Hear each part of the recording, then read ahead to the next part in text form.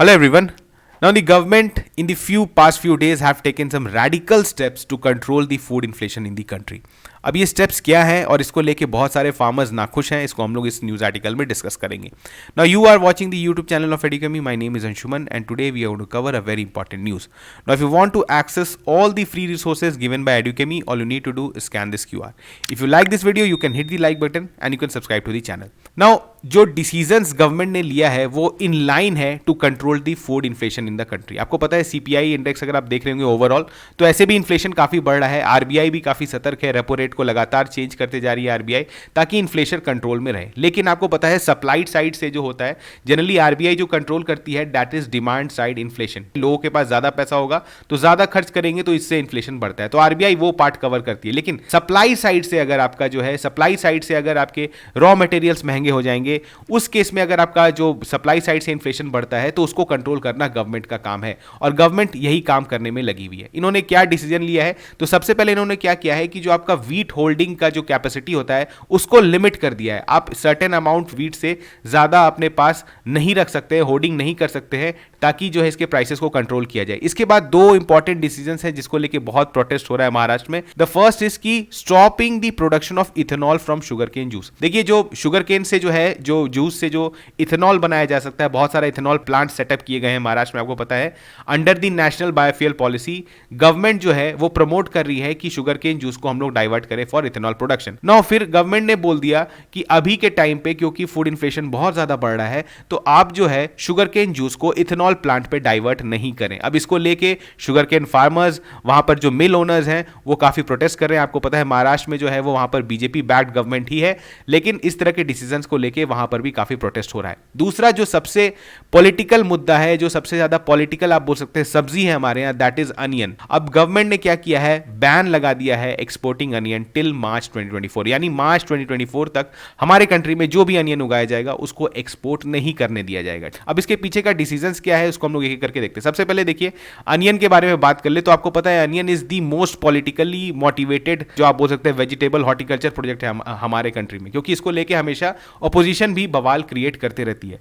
Now जो director general of foreign trade है उन्होंने अनियन को टिल मार्च 2024 तक प्रोहिबिटेड कैटेगरी में डाल दिया. नो प्रोहिबिटेड कैटेगरी क्या होता है कि इसका जो है आप इसको हमारे कंट्री से बाहर नहीं भेज सकते, एक्सपोर्ट नहीं कर सकते हैं.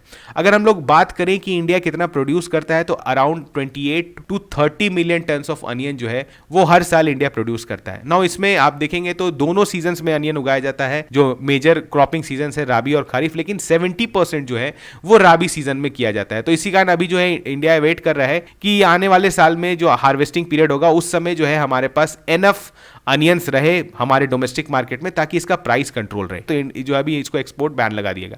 नो इससे पहले भी लगातार आपने देखा होगा, अगर आप सब्जी लेते हैं तो आपको पता होगा कि अनियंस का प्राइस बढ़ता चला गया. 58% इन नवंबर में बढ़ गया था क्योंकि फेस्टिविटीज का टाइम था, तो उस समय नॉर्मली भी प्राइसेस बढ़ते हैं. और गवर्नमेंट ने इससे पहले भी कुछ नियम लगा रखे थे, जैसे कि उन्होंने लगा रखा था मिनिमम एक्सपोर्ट प्राइस. अब मिनिमम एक्सपोर्ट प्राइस का मतलब क्या हुआ कि आप इस दाम से कम में बाहर एक्सपोर्ट नहीं कर सकते. अब उन्होंने क्या कर दिया था, तो इन्होंने कितना लिमिट लगाया था, तो $800 पर ton on onion exports from October 28 until December 31 this year. यानी अभी भी जो लगा हुआ है that is minimum export price. यानी अगर आप $800 प्रति टन से कम बेचने में चाहते हैं, अगर फॉरेन में बेचना चाहते हैं तो आप नहीं बेच पाएंगे, वो आप एक्सपोर्ट ही नहीं कर पाएंगे. तो गवर्नमेंट ने ऑलरेडी ये लगा रखा था और अब तो उन्होंने कंप्लीट बैन लगा दिया है. ठीक है, इसको लेके आपको पता है प्रोटेस्ट चल रहा है नासिक में, जो महाराष्ट्र में बहुत सारे रीजन्स में जो है अभी चलेगा. आपको पता है अनियन फार्मर्स जो है अपने सारे अनियंस को लाके रोड पे रख देते हैं गवर्नमेंट के प्रोटेस्ट के लिए, तो ये सब अभी आपको देखने को मिलेगा. नाउ अजीत पवार जो है, जो कि फाइनेंस मिनिस्टर भी हैं अभी महाराष्ट्र गवर्नमेंट में, उन्होंने बोला है कि ये जो डिसीजन है खास करके जो शुगर केन का जो जूस का जो डाइवर्जन उन्होंने रोक दिया है to ethanol plant, this is sudden.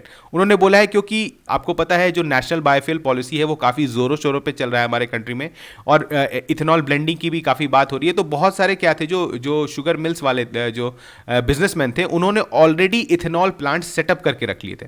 ना उस केस में अगर अभी आप डाइवर्जेंस रोकेंगे तो उनका जो सेटअप कॉस्ट है वो ऑलरेडी बहुत ज़्यादा है, लोन्स ले रखा है उन्होंने. तो इन्होंने बोला है कि आप इसके लिए कुछ जल्दी से सॉल्यूशन निकालिए और गवर्नमेंट ने भी बोला है कि आगे आने वाले एक वीक में हम हम लोग इसके लिए कुछ अल्टरनेटिव सॉल्यूशन जरूर प्रोवाइड करेंगे, लेकिन इसके लिए अभी प्रोटेस्ट चल रहा है। नाउ वीट स्टॉक लिमिट की बात करें तो क्या है, देखिए अभी आपको पता है वीट का टाइम आ रहा है, जो हमारा राबी सीजन है, फिर जनवरी आप बोल सकते हैं फरवरी के सामने जो है इसका हार्वेस्टिंग होगा। तो वहां पर उस समय भी गवर्नमेंट चाह रही है, क्योंकि इस साल मौसम अच्छा है, उम्मीद की जा रही है कि इस बार फसल अच्छी होगी, तो उस केस में गवर्नमेंट चाह रही है कि इसके प्राइस को कंट्रोल किया जाए।